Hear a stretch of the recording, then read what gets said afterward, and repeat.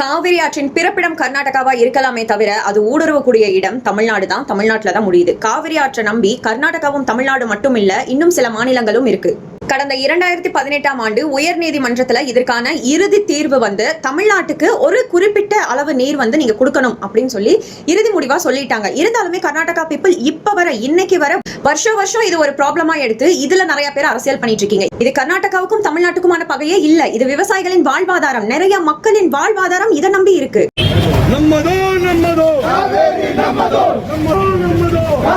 காவிரி ஆறு என்னுடையதுன்னு உறவு கொண்டாடுறதுக்கு இங்க எந்த மாநிலத்துக்குமே அதிகாரம் கிடையாது. இது இயற்கை எண்ணெய் இந்தியாவுக்கு கொடுத்த ஒரு சொத்து. காவிரி ஆற்றின் மெயின்டெனன்ஸ், அணைய மெயின்டைன் பண்றதுதான் கர்நாடகா கிட்ட இருக்கே தவிர காவிரி ஆற்றை நான் இந்த மாநிலத்துக்கு கொடுப்பேன், இந்த மாநிலத்துக்கு கொடுக்க மாட்டேன் அப்படிங்கிற ரூலிங் பவர் கிடையாது.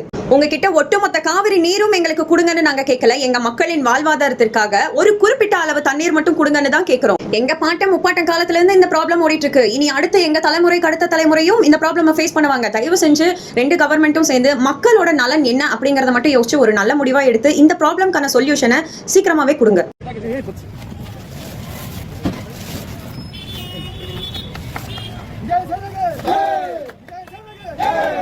மக்களின் வாழ்வாதாரத்தை வச்சு அரசியல் பண்றதையும் எங்க தமிழ்நாட்டை செய்யாம கர்நாடகாவில தரைக்குறைவா நடத்துறதும் பேசுறதையும் நாங்க வன்மையா கண்டிக்கிறோம். எங்க ஒட்டுமொத்த தமிழ் மக்களின் ஒரே ஒரு கேள்வி, உங்களால முடிஞ்சா பதில் சொல்லுங்க. இன்னைக்கு ஒரு சொட்டு தண்ணீர் கொடுக்கறதுக்கு இவ்ளோ பெரிய போராட்டம் பண்ற நீங்க நாளைக்கு மழை வந்துருச்சுன்னா வெள்ளம் வந்துருமோன்ற பயத்துல அணைய திறந்து விடுறீங்களே, அப்ப மட்டும் உங்களுக்கு தமிழ்நாடு வேணுமா?